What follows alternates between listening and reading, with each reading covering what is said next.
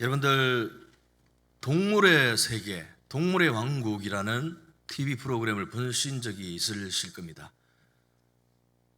두 종류의 동물만 있습니다. 먹는 동물, 먹히는 동물. 이것을 유식한 표현으로 약육강식의 세계다 또는 먹이사슬이라는 이야기를 합니다. 우리는 생각하기를 영양이나 가젤 혹은 기린이나 원룸말처럼 초식동물만 그 초원에 많이 살고 그들을 먹는 악어라든가 사자, 하이에나 이런 육식동물들은 좀 적게 살았으면 참 평화로운 그런 초원이 아닐까. 아니 적어도 정말 그 육식동물은 다 사라졌으면 좋겠다라는 생각을 할 때가 있습니다. 만약에 정말로 하나님께서 그 아프리카 초원의 육식동물들을 다 없애주셨습니다. 자, 그렇게 되면은 초식동물들이 잘 살고 번성하고 그렇게 될 것 같습니까? 됩니다. 아니요 하신 분도 계시는데 돼요. 왜? 초식동물을 해할 수 있는 그런 육식동물이 사라졌기 때문에 번성하고 그 초원에 충만하게 퍼질 겁니다. 그런데 안타까운 것은 처음에는 좋았을 겁니다. 먹을 것이 지천에 널려 있으니까요. 그냥 고개만 숙이면은 초원이고 이쪽 고개로 돌려도 먹을 것이 널려 있습니다. 그런데 워낙에 많은 초식동물들이 증가하다 보니 먹는 풀이 사라진다는 것이죠.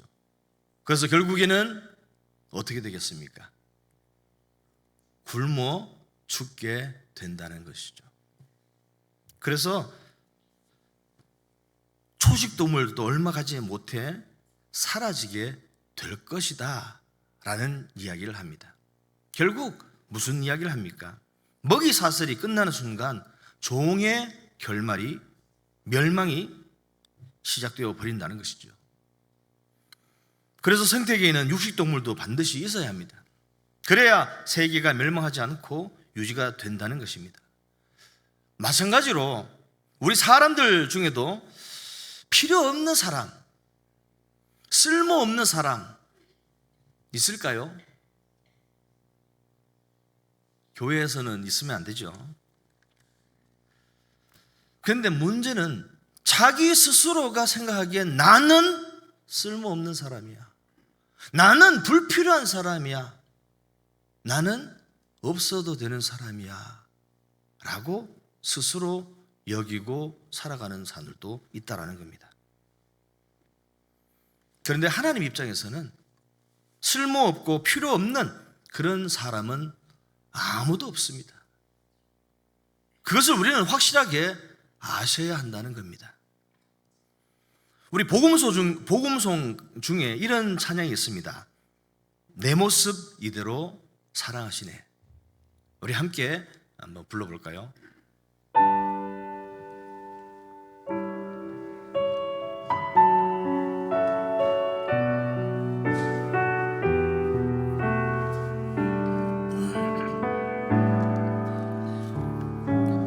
내 모습 이대로 사랑하시네. 연약함 그대로 사랑하시네. 나의 모든 발걸음 주가 하시나니 날 인도하소서. 내 모습 이대로 사랑하시네.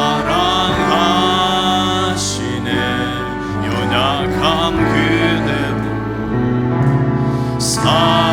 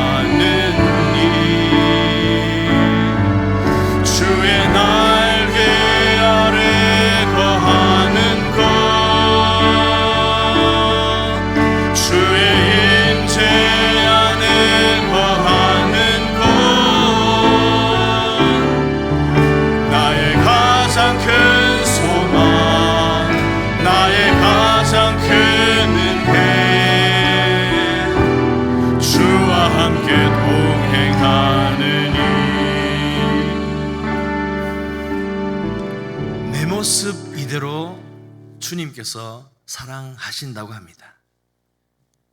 내 모습 이대로를 사랑하시는 우리 모두 되시기를 간절히 소원합니다.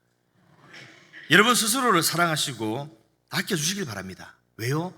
하나님의 뜻이기 때문입니다. 하나님께서는 한 사람 한 사람을 창조하신 다음에 각 사람에게 재능을 주셨습니다. 특별한 달란트를 주셨다라는 거예요. 그리고 그 나누어 주신 재능에 따라서 각기 다른 사명을 주셔서 살아가게 하셨습니다. 어떤 사람에게는 음악적인 재능을 주셔서 그것을 통해서 하나님을 찬양하고 하나님께 영광 올려드리게 하셨습니다. 또 어떤 사람에게는 요리하는 재능을 주셔서 주방에서 봉사함으로 교인들을 섬기고 교회를 섬기고 하나님을 기쁘시게 하는 일을 재능을 주셨습니다. 또 어떤 분에게는 차량 운전하는 그런 재능을 주셔서 정말 교인들을 싣고 나르고 하는 그런 귀한 은혜를 달란트를 주셨다라는 겁니다. 또 어떤 분에게는 물질의 축복을 주셔서 그 물질로 하나님의 교회를 하나님의 사람들을 섬기는 그런 복을 주셨습니다. 이처럼 하나님께서는 우리 개개인을 향한 당신의 뜻이 분명히 있습니다. 하다못해 우리가 매일 밟고 지나가는 길거리의 돌멩이조차도 길가에 피어있는 이름 모를 꽃 한 송이도 하나님께서는 다 뜻이 있으셔서 그 자리에 놓아두신 겁니다. 그렇게 여기지 않으시면은 하나님의 창조 섭리를, 하나님의 살아계심을 이해 못하는 겁니다. 무슨 길거리에 돌멩이 하나가 하나님의 뜻이고 길가에 펴있는 잡초 한 송이가 하나님의 뜻이냐? 아니요, 하나님의 뜻입니다.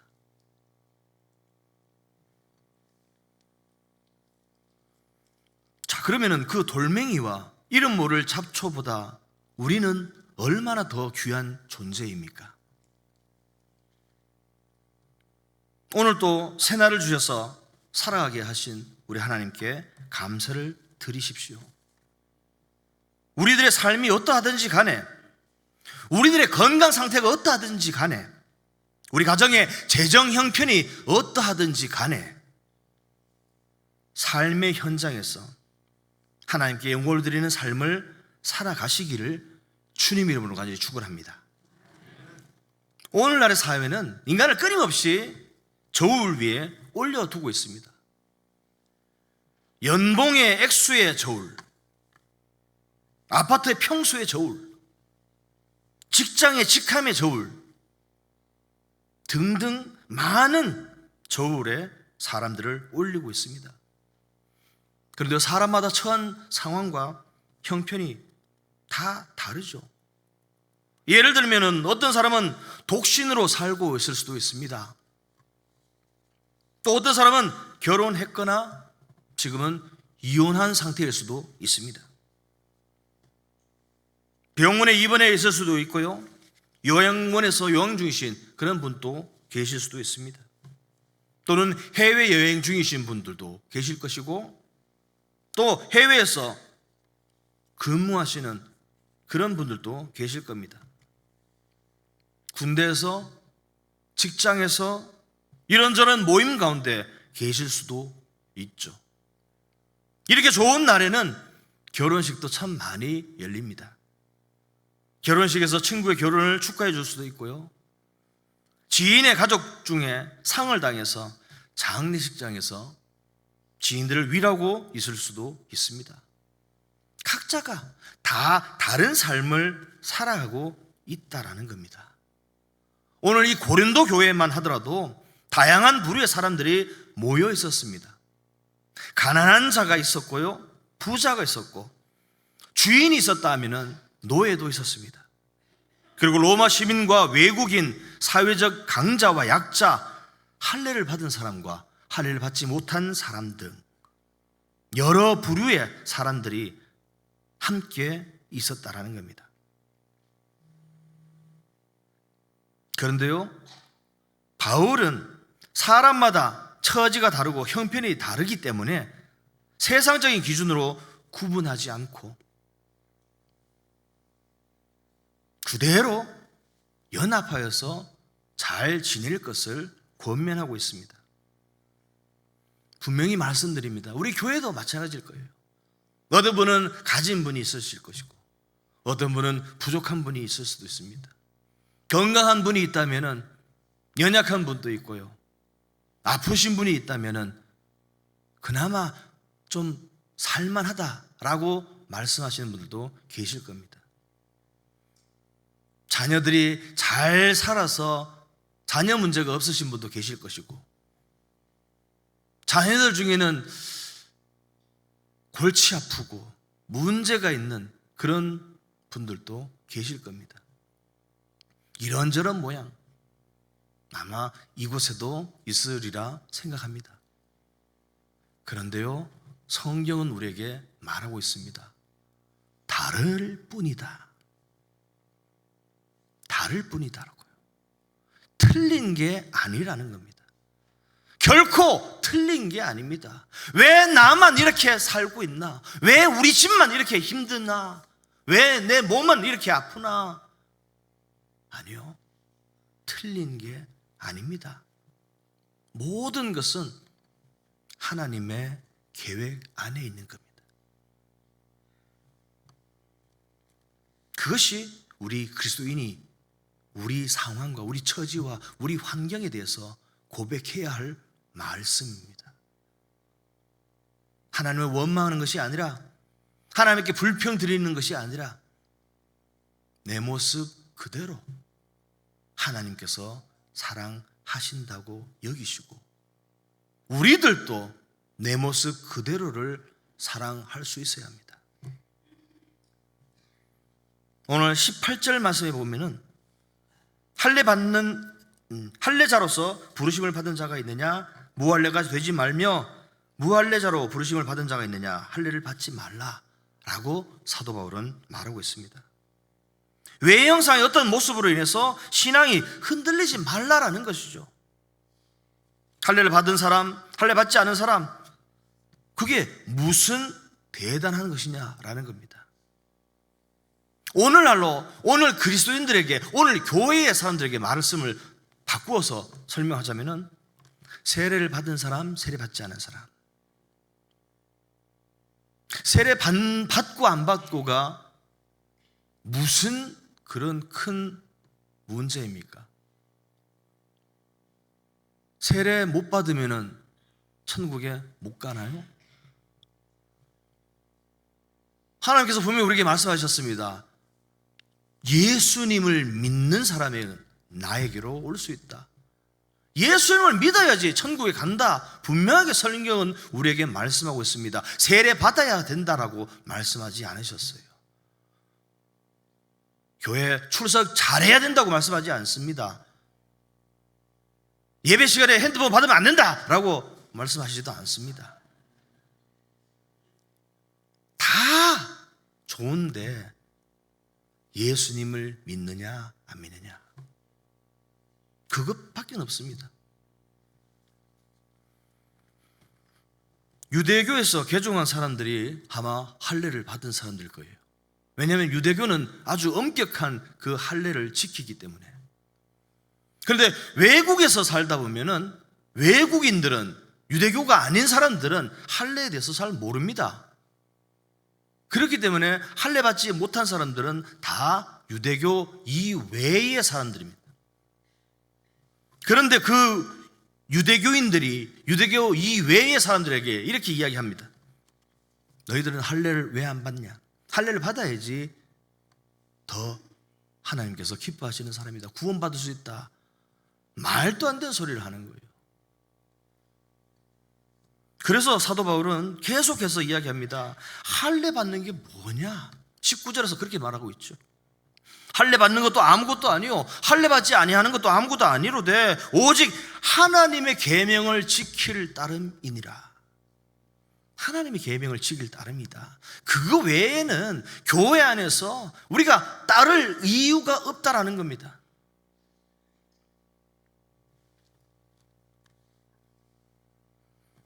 이와 같이 그리스도 안에서 부르심을 입은 자들이 어떤 신분이냐, 어떤 처지에 머물러 있느냐, 그런 것보다 중요한 것은 자신이 처한 상황 속에서 최선을 다해서 하나님의 계명, 하나님의 말씀을 따르고 살아가고 있느냐라는 거예요. 할래냐, 무할래냐, 세례 받았느냐, 세례 받지 못했느냐, 구원의 확신이 있느냐, 구원의 확신이 없느냐, 그런 것으로 다툴 것이 아니라 어떤 상황 가운데 있을지라도 하나님의 말씀대로, 하나님의 뜻대로 살아가기 위해서 힘쓰고 살아가야 한다는 겁니다. 그것이 사도 바울이 우리들에게 말씀해 주시는 말씀입니다. 오늘 본문의 결론을 맺으면서 바울은 17절과 20절에 이어서 24절에 세 번째로 너희는 각각 부르심을 받은 그대로 하나님과 함께 거하라 라고 기록하고 있습니다. 그런데 여기서 바울이 사용한 함께라는 단어는 곁에라는 뜻을 지니고 있습니다. 함께라는 것 자체가 이미 곁에 있죠. 곁에 함께. 성도라면은 그가 처한 상황이 어떠하든지 간에 하나님 곁에서 하나님과 함께 살아가는 사람이 되어야 합니다. 사랑하는 성도 여러분, 혹시 내가 지금 처한 상황이나 환경 때문에 하나님을 제대로 섬기지 못한다고 원망하거나 불평하고 있지는 않으십니까? 잘 믿는다, 내 나름대로는 열심히 믿고 잘 믿는다고 여기는데 왜 하나님께서는 이런 문제, 저런 문제, 이런 아픔, 저런 고통을 나에게만 주시나? 우리는 끊임없이 변화하는 이 세상의 상황들에 구애받으면서 살아서는 안 된다는 거예요. 어떤 형편이나 상황 속에서도 우리에게 능력 주시는 예수 그리스도 안에서 부름받은 하나님의 백성으로서 하나님과 함께 동행하는 그런 삶을 살아가셔야 합니다. 어렵습니까? 하나님과 동행하는 삶을 살아간다는 것이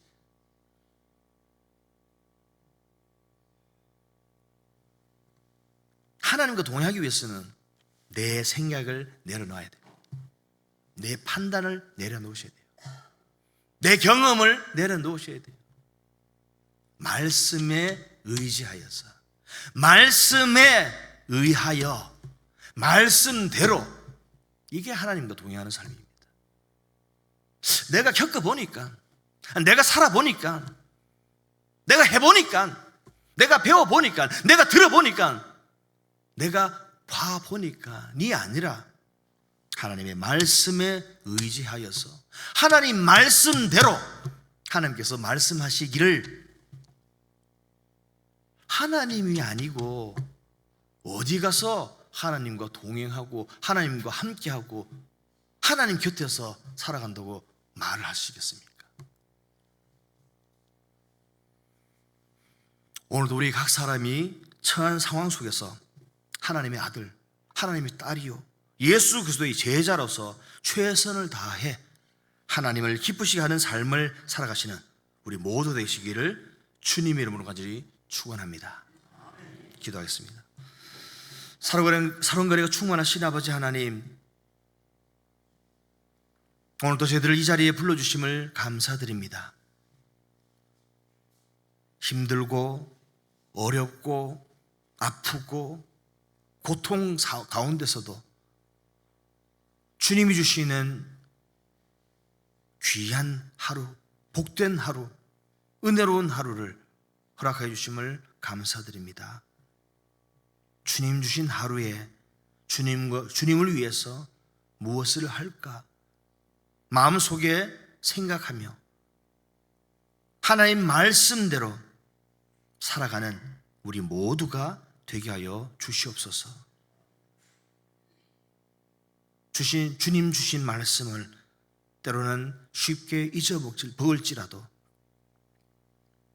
하나님의 우리의 마음속에 주신 말씀, 이 귀한 말씀이 살아 역사하여 주시옵기를 간절히 바라고 원하며 이 모든 말씀 예수님 거룩하신 이름으로 감사하며 간절히 기도하옵나이다. 아멘.